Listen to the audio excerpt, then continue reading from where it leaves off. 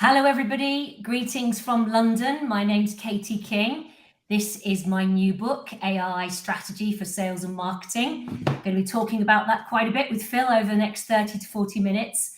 And really, the best advice I was ever given in my 30-year career was to not have imposter syndrome, to not always think that everybody is better than you. I grew up in an apartment, a local authority block of flats on the 11th floor in a downtrodden part of North London, and you always think that everyone else is better than you. And that was the best advice. So have that confidence, have that self-esteem, and go out there and make it happen. Wow. That's great. I love that. When did you get that, Katie? Who gave you that advice? My first boss. So I left university, so I would be 20, 21 actually, because I did a degree in languages and I lived abroad for a year. So about 21, and he was a tough boss and quite intimidating. And I can't say I loved him, but it was the best advice and it stayed with me all the way through. And I pass that on to people now because even clients I have who are super successful, they still have this imposter syndrome. So, there's a lot of incompetence out there at every level of business, in every job function, in every industry sector. So don't always think, everyone's better than you. Don't think if you make a mistake, that's it. It's out there, it's happening. You just need to, keep focused, keep learning, and you'll be fine. I love that. That's so good. I mean, it's so good that you learned that early on because, one thing that I've learned, right, is the only people that have imposter syndrome is people who are competent. Like idiots, they never think that they're a fraud. They just, oh yeah, everybody's stupid like me. I mean, it's cool, right? That's absolutely true because you're self-aware, aren't you? If you're smart, you're self-aware, you know what you don't know, you're always wanting to learn. And I've written this book and I've been in AI for 10 years, but I know I've got to keep learning every day. I can't stay still. So, that's a prime example of that. We've got it Yeah. all, whether you've just graduated in marketing or you like me, you've been doing it for 30 years, we've got to keep learning because AI is changing the game. Yeah, absolutely. Well, I love that. So, love the book. So, congratulations, AI Strategy for Sales and Marketing. Hooray. So, 10 years though in AI, Katie. How did that start? How did you even get interested in AI? Great question. I'm not a technologist. Again, reassuring people, this is not about knowing how to code. This is me for 30 years being a management consultant and a business consultant, always reading, always staying ahead of the curve and being heavily involved in tech. And because I've been heavily involved in tech, I've always sort of seen what's coming and been ready to be on the wave and over it, ahead of it. And a client was heavily involved in property tech and the built environment, so cleaning, that whole sort of construction real estate. And me and two colleagues wrote a white paper, all those years ago on how AI was going to change that industry. And it went from there. And I thought, wow, if this is happening in this sector, what about my industry sector? What about the sectors of my clients? And again, not having imposter syndrome, thinking, me, who's going to be interested in what I have to say? Yeah, of course they are, and let's go out there and find a publisher. And therefore, it's about knowing how to exploit platforms like LinkedIn, putting yourself forward, not too pushy, but in a confident way. Yeah, there's a fine line between confident and pushy, and I love that you are definitely on the confident side. So with that, Katie, a lot of people are concerned about AI. One of the things that I saw yesterday is this whole idea that perhaps Sam Altman said that AI for like retina scans and stuff like that to self-determine that. So should we be afraid of AI? Yeah, I think we should in some respects because we can't be complacent. And the game's changed a lot with the advanced generative AI that we've seen really take off in the last 6 months with Bard and DALL-E and ChatGPT and so on. And really, the proof of the pudding is the tech companies are asking to be regulated.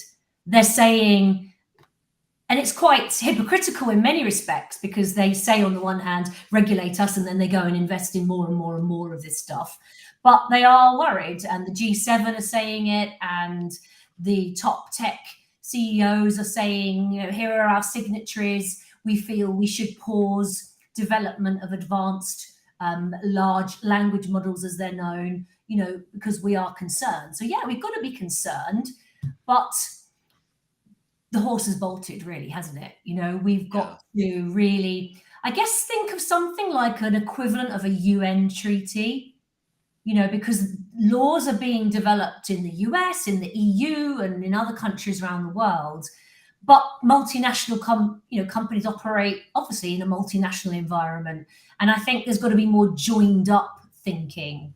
And that's why it's actually quite reassuring to see that, maybe a little bit late, but that these serious people like the G7 leaders are starting to take it very seriously. I'm not overly worried, and most of the people that I interviewed for my books were not overly worried. But it is a bit game changing what we've seen in recent months and in this past year. But we've got to collaborate, we've got to work together on it, we've got to take its potential to do good at the most macro level and take advantage of it in our own companies and sectors and so on.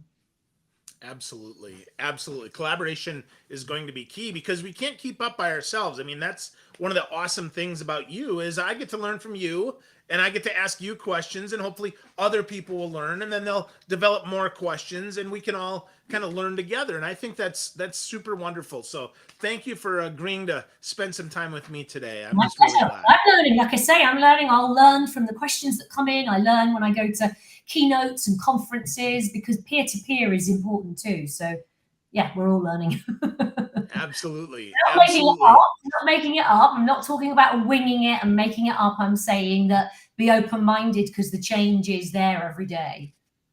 Yeah, absolutely. Embrace it, learn, move forward, for sure. Certainly stuff we can do. So with that, Katie, one of the things that I want to talk to you about is the cost of this AI, because we don't all have a million computers to be able to generate all these models. So does it have to be expensive, or can small businesses take advantage of AI too?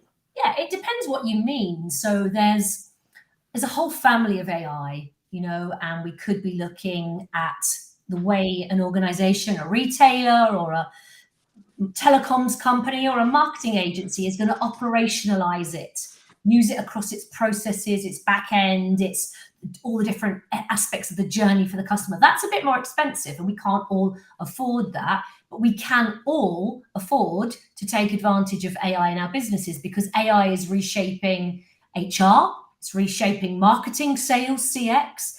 And let's face it, I'm sure most of your listeners, subscribers have tried ChatGPT and equivalents.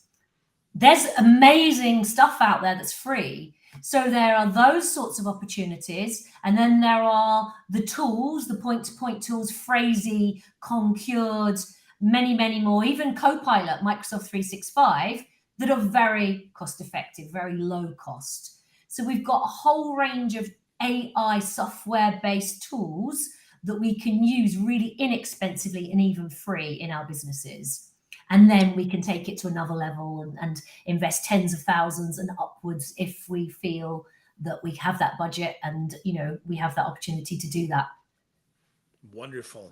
That's heartening to hear that we don't have to spend a lot of money on that. So let's talk about a couple of those spaces. You mentioned HR, which is interesting to me. Like, HR is traditionally people. So we're going to talk about AI for HR. Talk to me about how you've seen that play.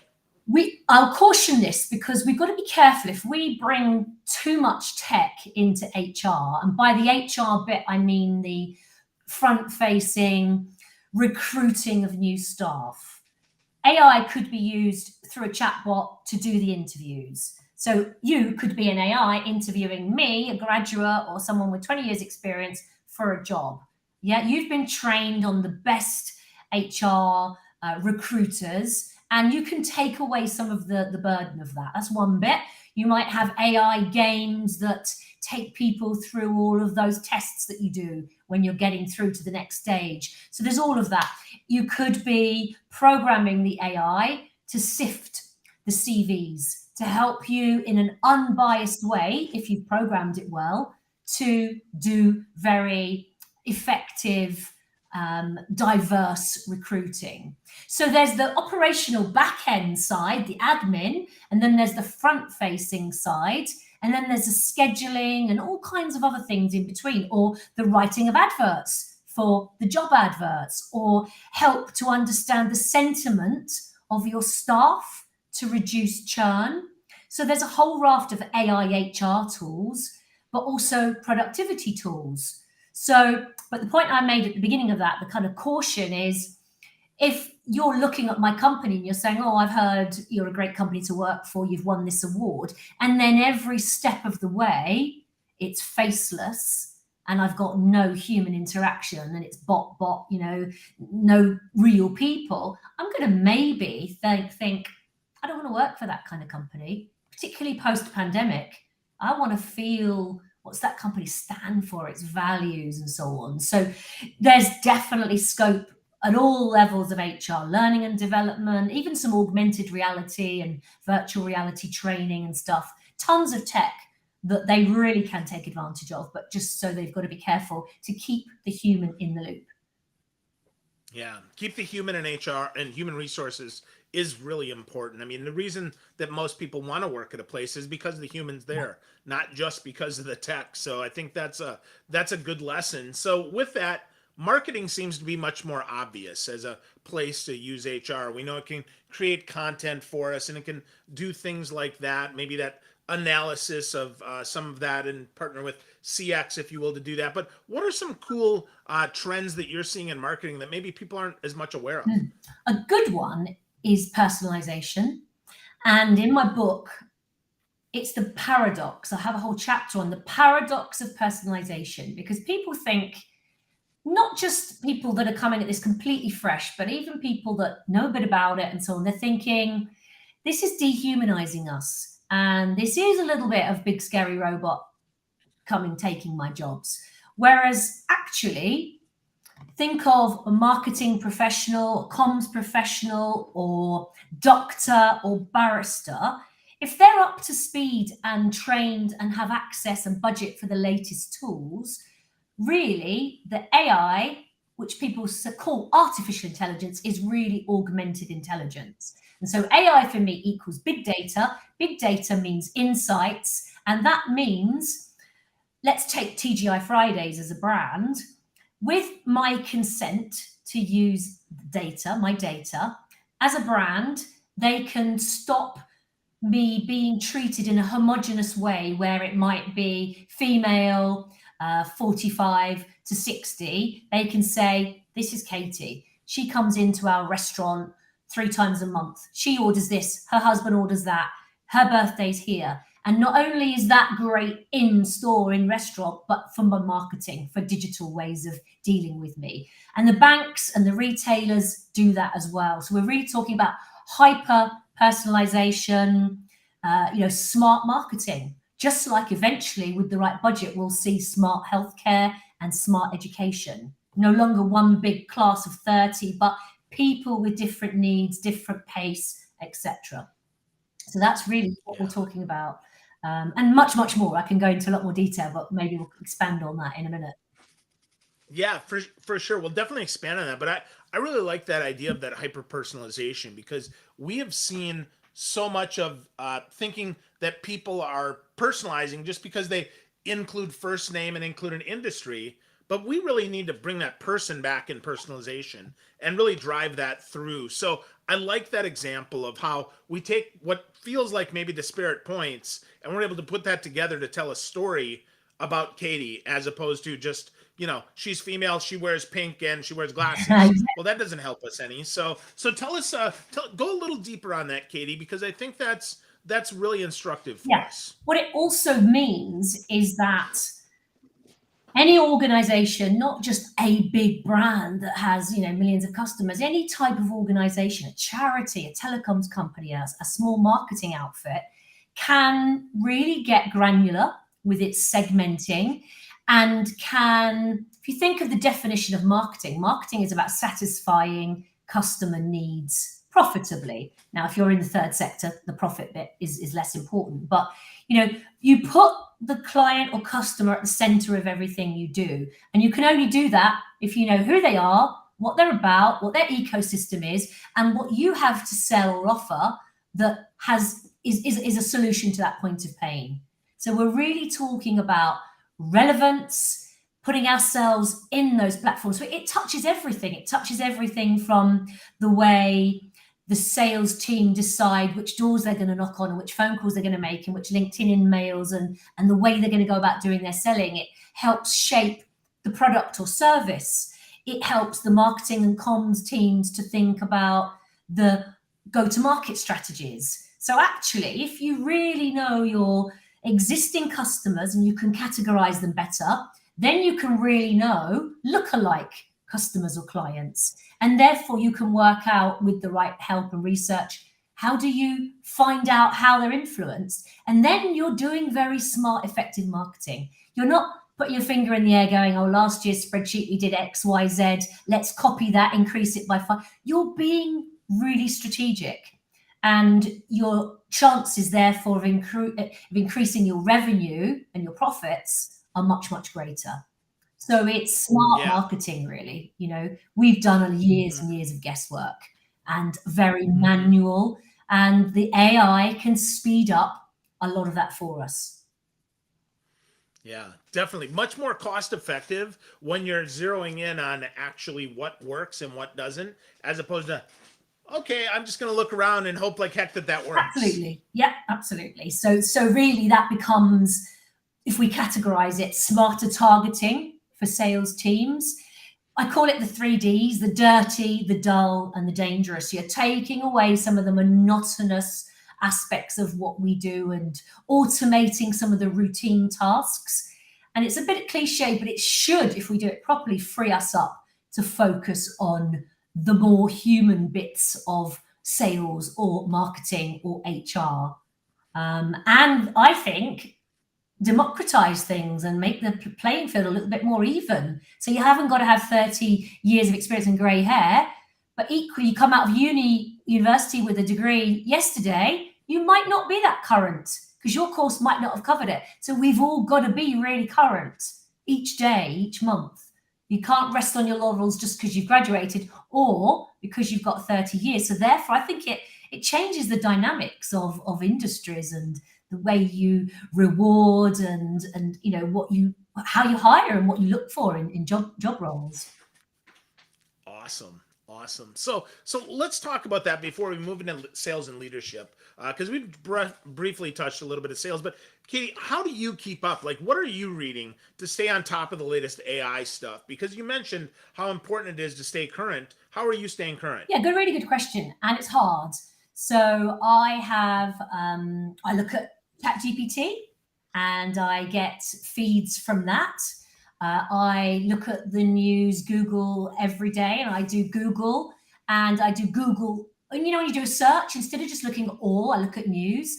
So if I'm prepping something for a client in retail, I'll do AI, capital AND, which is your Boolean search, which filters the algorithm. So AI and education, AI and retail, and then I look under news and I see what the latest news is on that. I follow certain people on LinkedIn. I might look at really credible sources like World Economic Forum, Financial Times, Wall Street Journal, Bain, Harvard Business Review. So I'll kind of flit around, but I'll be following them in groups and lists on Twitter. I'll be following key people like PwC and others on LinkedIn, and I'll then look at their posts and then go straight to that article myself. So I try to stay up to speed with a mixture of watching some podcasts, looking at mainstream, like there's a brilliant BBC Radio 4 program, Women's Hour, and they do a tech show and they do a legal show. So if I tune into the best broadcast and podcast and print and online news and search very specifically for my subject, I'm going to get a good feed. Good. I like that. That's great insight for folks to do that. We can all do that. That's free. None of that costs much, right? I mean, certainly there's publications out there as well, but if it's printed, it's probably going to be behind. So I like the idea This is using a fine web too. format. This doesn't mention generative AI, but at the end of the day, I'm writing all the time about generative AI in my posts and stuff, but there's so much else in there that it's not, generative AI is not going to change the world, you know, in terms of it will help you come up with posts and reports and adverts. You've still got to have your strategy. You've still got to understand your target customers. You've still got to have frameworks and codes of conduct and methodologies. And so a lot of that business expertise is in there, and you've got to learn from other people's mistakes and successes, which is all in there too. But again, it's that mixture, isn't it, of all those different sorts of sources. Mm-hmm. Definitely. Well, this is a good. Well, it's I can't say just a primer because it's way more than that. But I mean, it's a good starting point for folks if they're looking to connect stuff up, right? Marketing, sales, customer experience, Absolutely. super important. So I like that. So let's kind of bring it home here and let's talk about sales, Katie, because sales is tough, and it's, you know, we're getting more people think about that, and it's like, I don't want to talk to a robot. I want somebody who's actually got my best interest at heart. So talk to me about some of the trends you're seeing in the sales space around AI. Yeah, a really good question, because you framed it there with, I don't want to talk to a robot, but equally, I don't want my time wasted by people who don't know me and my needs and my history with them.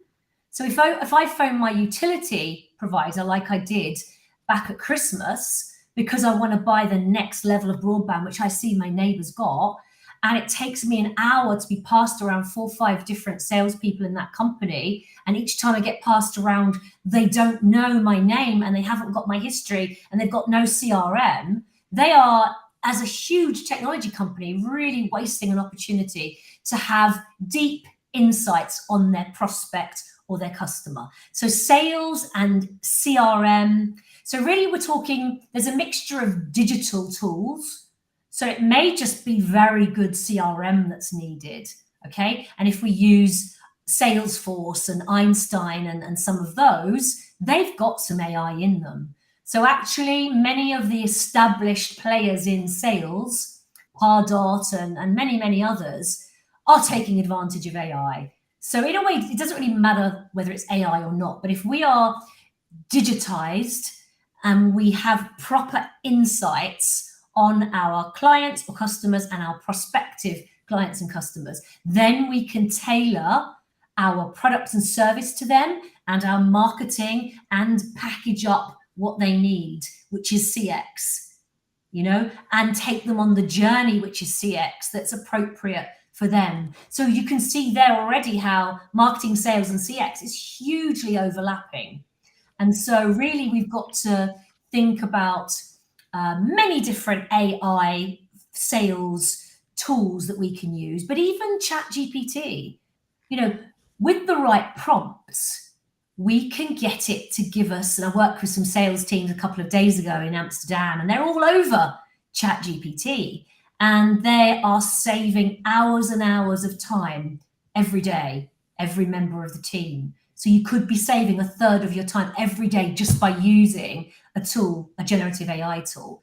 But you've got to know how to use it. You've got to know how to prompt it properly. And there's loads of cheat sheets out there for these tools. But you're saying, like, find me a cheat sheet for sales.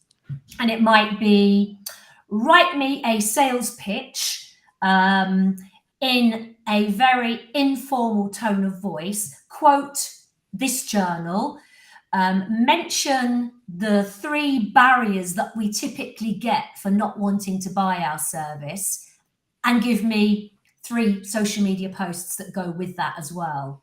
And you know, that's the kind of thing, whereas most people go, oh, just write me a blog on AI, or, you know, write me a blog on blockchain. You've got to be smart, like a long tail keyword search for Google. You've got to tell the AI is not going to know your business and your strategy. So you still need business strategy. You still need to be smart and know which questions to ask.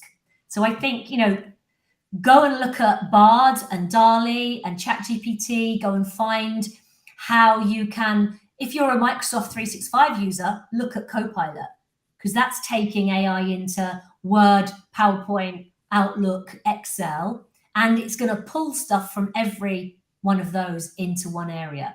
Find that email where I talk about this report, summarize that report, turn it into 3. It's incredible. It's like your own personal assistant. Yeah. Wow. Wow. Well, you said something there, though, that's very important, and that is you still have to have a strategy. This is not going to fix no strategy. This is not going to fix the lazy salesperson who just puts in, write me an article about AI. You need to actually understand who your customer is and what their challenges are and how your solution helps solve their problems in ways that maybe they haven't thought of. It can't, and knowing your history, to your point, right? We've talked 3 times before, and here's what we talked about. So now the conversation is way more rich. So now the conversation is way more human, because just because I know what I want to say doesn't mean that you're going to ask me questions that I was prepared for, but at least I'll have the knowledge base to be able to intelligently speak. Is that spot on? Spot on. And think of the funnel, the marketing and sales funnel. I'm being brought in as a thought leader for companies who are doing selling, but they know they can't sell in a really overt, obvious way. They've got to do thought leadership. So these salespeople need to be marketeers, and marketeers need to be sharp and have the data at their fingertips. So it's a horrible word, but I've seen the word smarketing. It's not a nice mashup of those two, but sales and marketing are much, much more tightly aligned than they ever were before, because we've all got tech tools at our disposal that we can use. So yeah, you're right. Keep the client at the center of it, understand his, her needs, tweak, tailor. You can do product development, so you can tweak and tailor, and then package it and message it appropriately and decide where in the funnel you are, where you're going to do storytelling versus a sharp pitch or an in-mail or an invite for a demo, etc. And the AI is there across that whole journey. Wonderful, wonderful stuff. Well, before we wrap up here, I just want to share, friends, if you want to learn more about Katie and her book, AI Strategy for Sales and Marketing, you can go to aiandbusiness.co.uk. All of Katie's great stuff is there. She's on LinkedIn. She's got a ton of thought leadership out there to help you really contextualize this for your organization, though you still need a strategy. As we mentioned, she can help with a lot of this stuff. A lot of brilliant stuff there, Katie. But if folks want to get started, right, this is often the question I get is, wow, that's a lot. How do I get started? So what are the first step or two that people need to take to get started on this journey? You know what? On that website, under my consulting tab, is my scorecard for success. And it's a distillation of all the incredible work I've learned from others and I've come up with. And it gives you this scorecard, and you can gamify it. So they can go and look at that. But what we're really talking about here is start with 3 things. What are 3 problems or challenges that you have today in your business, and go and research how AI might be able to help you. So that means let's have a watching brief on our industry. How is it changing? What tools are coming into it? Have a watching brief on your competition. Go and do some due diligence on a couple and do some free demos of some of these tools, and have a 6-month plan. Don't worry about 1, 2, 5 years. Have a simple little 6-month plan that says, I'm going to do these new things. I'm going to go and do these demos. I'm going to go and look at these tools, and I'm going to delegate someone in my team to do X, Y, Z. And that is keeping it simple, but very pragmatic and short term. And that's what we need to do, or else we'll put it off and it will never happen. Yeah, really awesome. So that scorecard for success is super helpful. A lot of great stuff there. Little quiz that you can go through to spit some good stuff out. Great suggestion there on how to get started. So Katie, we mentioned aiandbusiness.co.uk to get to know you. Our friends at Kogan Page also put together a nice little discount. So friends, if you go to Katie's website and you click through and you find the book, AI Strategy for Sales and Marketing, if you use the code KoganPage20, KoganPage20, you get 20% off, which is nice. The book is worth it, though, whether you get 20% off or not, Katie. So congratulations on a beautiful book. Any last thoughts before I let you go? Yeah, don't be frightened by it. It's exciting, and don't be frightened by it. You might be people here listening who are 20 or 50. I'm 56. So don't think this is the young people's game. It's for all of us who are hungry to continue to succeed. And then one final thing is purpose. What are we all here for? I love Simon Sinek. I love why. It's not what we do, or it's not, it's not what or how, it's why we do what we do. And so think about this in your organizations. The world is changing. Think about maybe how we can use it to free us up as organizations and teams to maybe give back a little bit and do something cool. And we're doing that with a school AI pro bono program. So yeah, keep that top of mind as well. Maybe the AI just buys you a little bit of time and money to do that. Yeah, free you up to do some great work so that you can really make a difference and live your purpose. Love that, Katie. Thank you so much. And friends, again, go to aiandbusiness.co.uk. Get to know Katie King even more. Get her book, AI Strategy for Sales and Marketing. And don't be afraid. Just get started. You can do this stuff. Thank you, Katie.